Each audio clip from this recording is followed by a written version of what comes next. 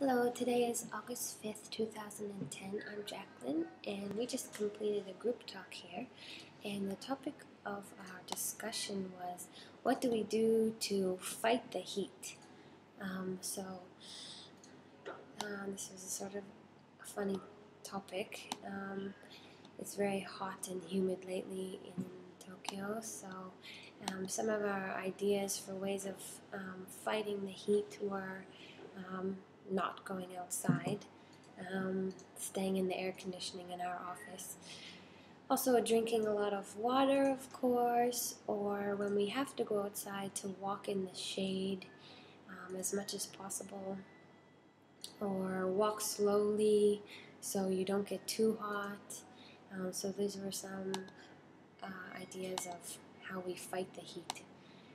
So in our discussion, these words came up, and they were a little bit confusing to some of the students and even to me sometimes, but comparing the two words shadow and shade. So in reality, when fighting the heat, you would want to stay in the shade, and the shade is sort of just a dark place, and it's relative darkness. So outside it's light, and compared to outside it's dark inside. So shade is relative darkness. It has no particular shape, it's just a dark area.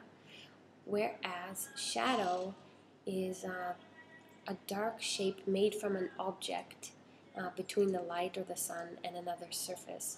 So specifically, a shadow is cast on the ground when you're walking, and this is because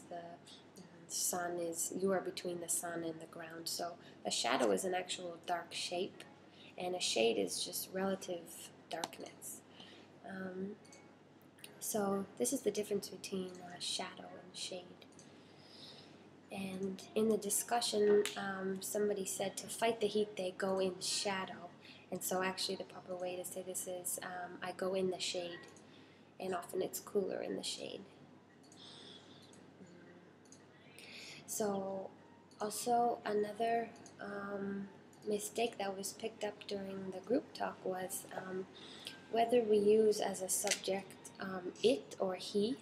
And although it and he are conjugated the same, it's always it goes or he goes. They're conjugated the same. It goes for the same. Goes for both of them. So it is a little confusing, but you use it when it's an object or a thing, when it's a thing, not a person. So it represents a thing, where he or she represents a living thing like a person or an animal. So the statement in the group talk was, it often gets sick at work because of the air conditioning. And so in this case, the subject wouldn't be it because it's a person, so it would be he or she often gets sick at work because of the air conditioning. Other examples of when to use it and he is, example 1, it broke when it fell on the floor. And you use it because it was a glass, so it's not a living thing. Or he dropped the glass on the floor, and you use he because the subject is a living thing, a person, a he or a she. So this is when to use the subject it or he or she. And some new vocabulary that we learned in today's group talk was the word dubbed.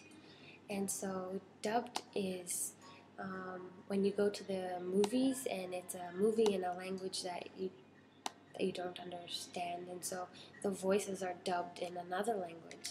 So the voices are recorded in another language over top of the original language of the movie. So for example, in a sentence, I watched a dubbed version of a Chinese movie in English. So the original movie's in Chinese and it was dubbed in English.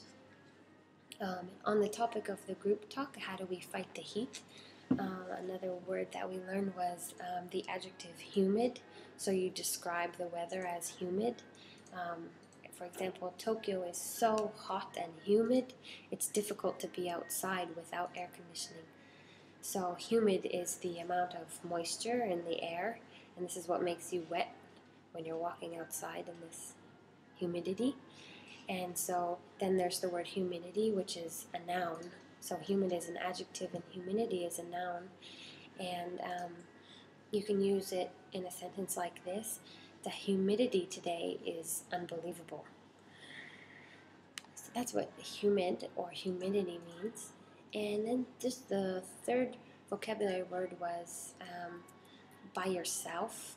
And by yourself means to be alone. So for example, in a sentence, I live by myself, and it's the exact same as saying I live alone. Okay, so that's all we talked about in the group talk today. It was fun, and I hope you learned something. Thank you very much.